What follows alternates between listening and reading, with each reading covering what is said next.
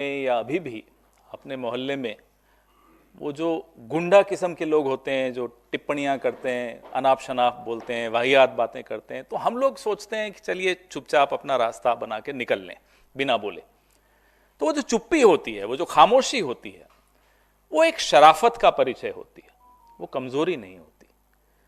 उसको कमजोरी मान लेना मूर्खता होती है। और भाजपा ये मूर्खता और भाजपा के समर्थन में आए कुछ छोटे मोटे मीडिया वाले भी उस मूर्खता पे बहुत चलते हैं, वो हमारी वो कमजोरी मान लेते हैं।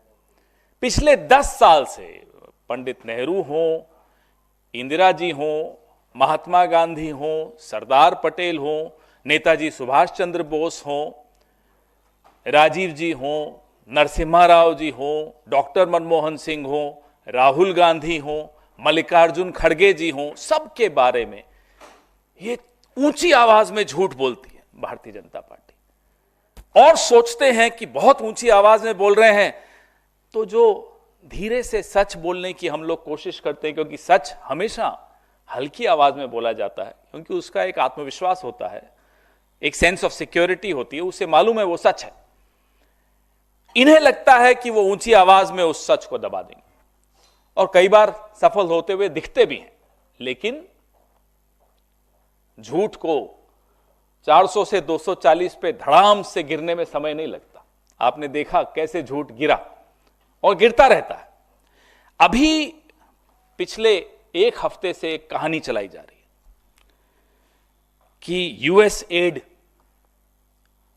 भारत में नरेंद्र मोदी जी को डिस्टेबलाइज, अस्थिर करने के लिए $21 मिलियन दिया। भाई कहां है आपके डोवल साहब, कहां है आपकी आईबी, कहां है आपकी रॉ? ये तो विश्व गुरु हैं, ये तो यूक्रेन से लेकर और पता नहीं कहां पूरे विश्व में जाकर तिकड़मे लगाते हैं। कभी सुनते हैं विदेशों में कुछ कर दिया कांड, कई कई तिकड़मे लगा रहे होते हैं।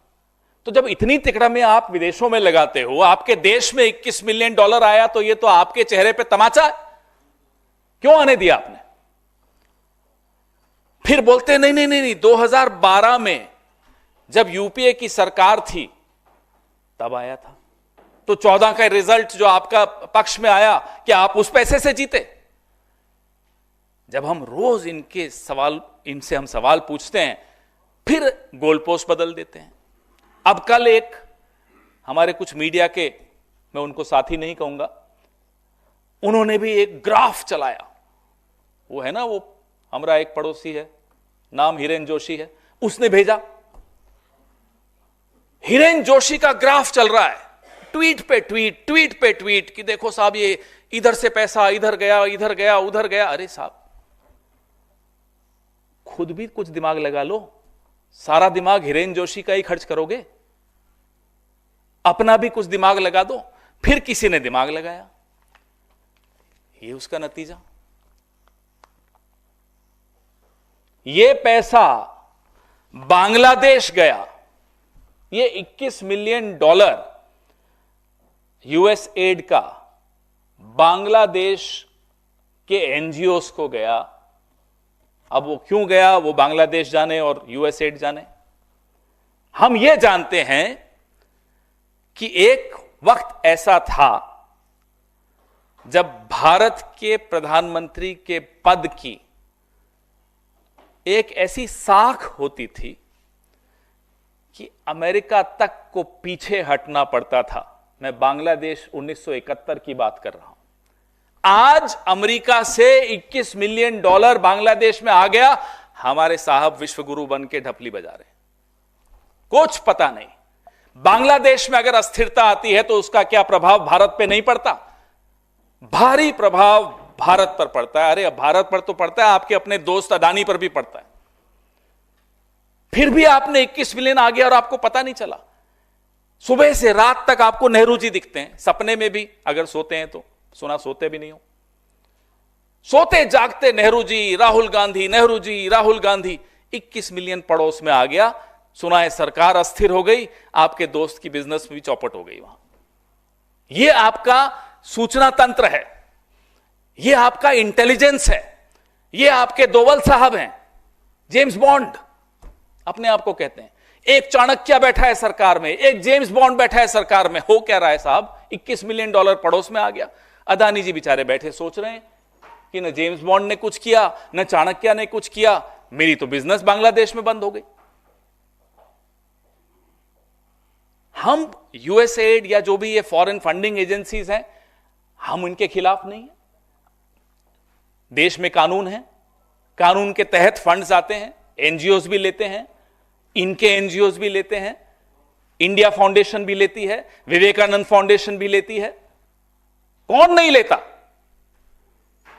लेकिन सिलेक्टिवली आप बोलें कि साहब कांग्रेस की सरकारों ने ले लिया। अरे जब स्मृति ईरानी ब्रांड एम्बेसडर थी यूएसएड की और सिलेंडर लेकर यहां सड़कों पर प्रदर्शन करती थी, तो क्या यूएसएड करवा रहा था वो प्रदर्शन? बताइए।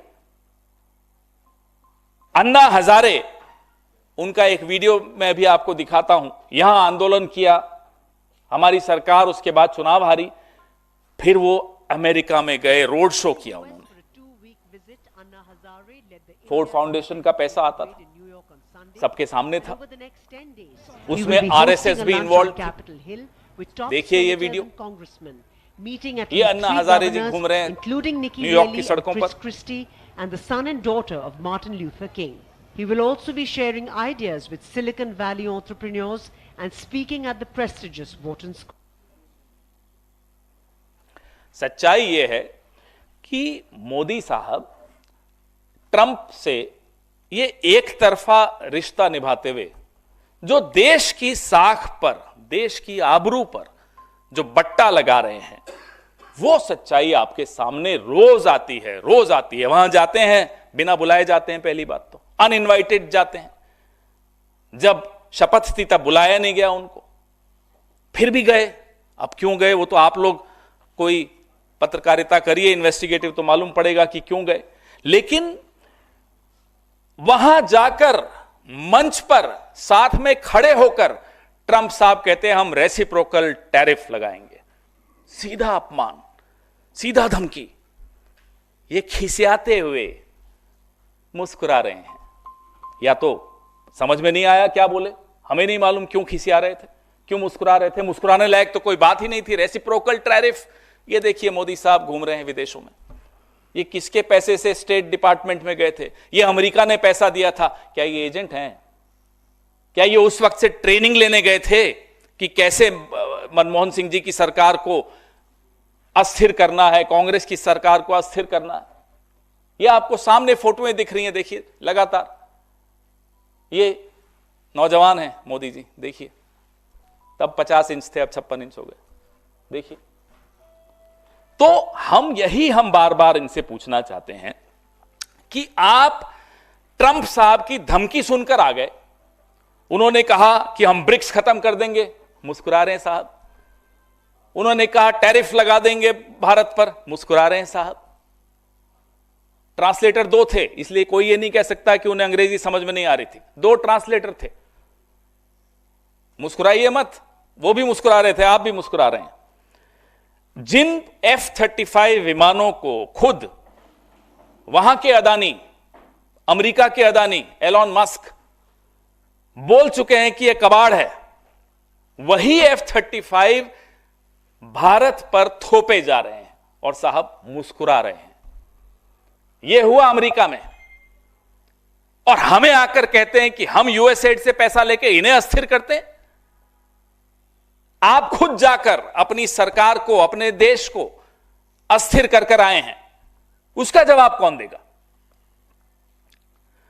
अब हम थोड़ा इतिहास की तरफ भी जाएं, क्योंकि संघ का और जनसंघ का और भारतीय जनता पार्टी का और जनता पार्टी का जो इतिहास रहा है स्वतंत्र भारत में, यह क्या बदल सकते हैं? कितनी एनसीईआरटी किताबें बदल लो, यह इतिहास नहीं बदल सकता। फाइलें सबके पास हैं।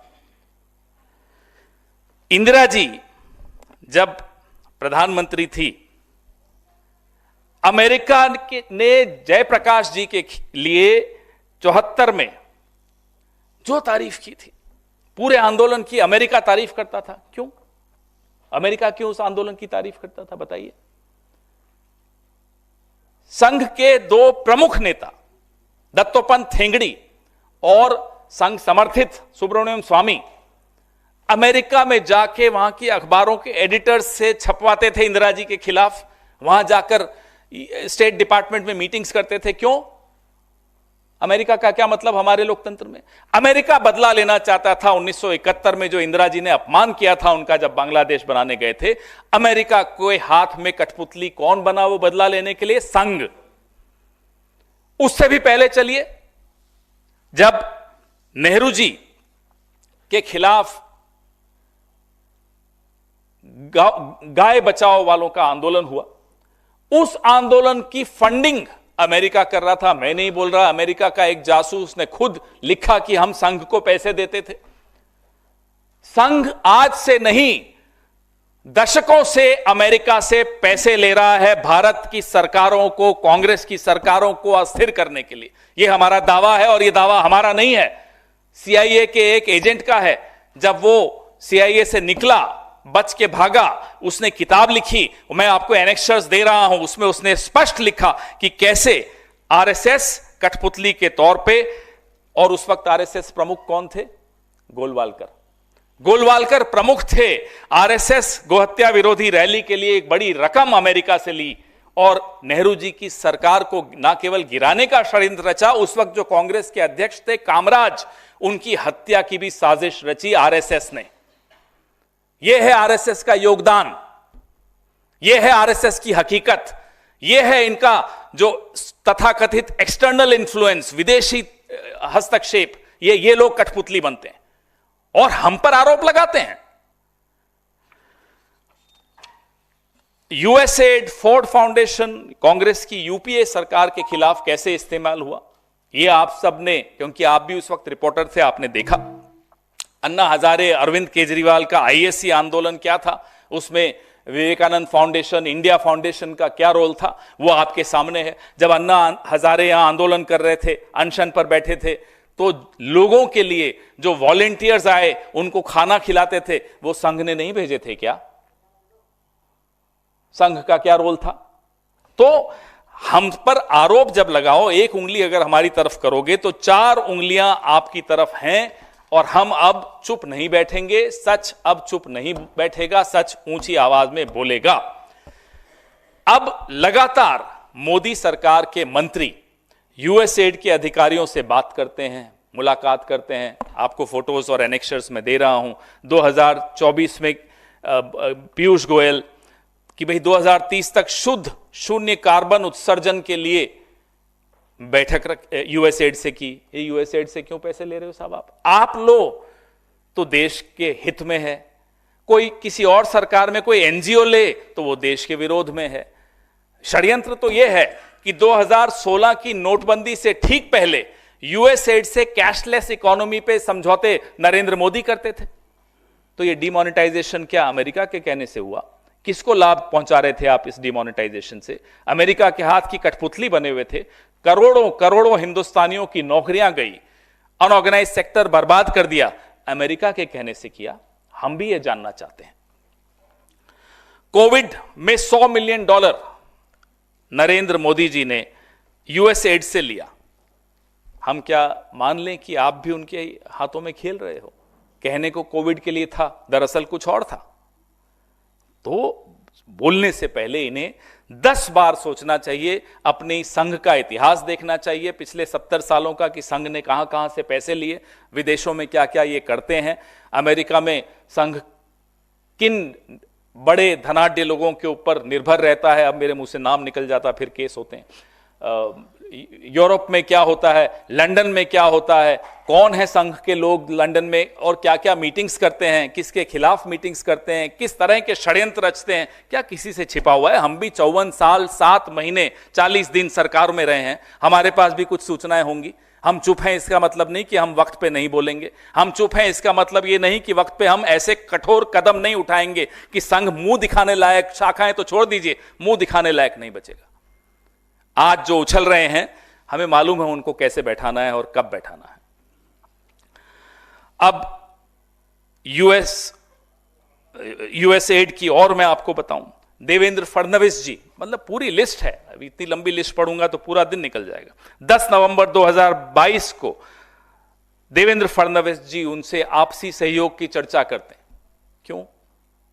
यूएसएड का क्या मतलब है भारत में? अगर आपको लगता है यूएसएड इतना गलत है, आपके मंत्री, आपके मुख्यमंत्री, आपके उप मुख्यमंत्री, आपके तमाम संतरी मंत्री सब इन्हीं से मिलकर बात कर रहे हैं, क्यों? बीच में फिर कुछ इन्होंने कहा था कि भाई सोरोस से पैसा लिया, इन्होंने लिया, उन्होंने लिया। फिर हमने कहा कि साहब जो जयशंकर जी हैं उनके पुत्र, उनका क्या हुआ? हम हैरान हैं, ये सब जानते हुए भी इनको लगता है कि हम बोल देंगे और बात चल गई तो चल गई। अब आप सरकार में बैठे हो, गैर जिम्मेदाराना तरीके से बात करना इनको बंद कर देना चाहिए।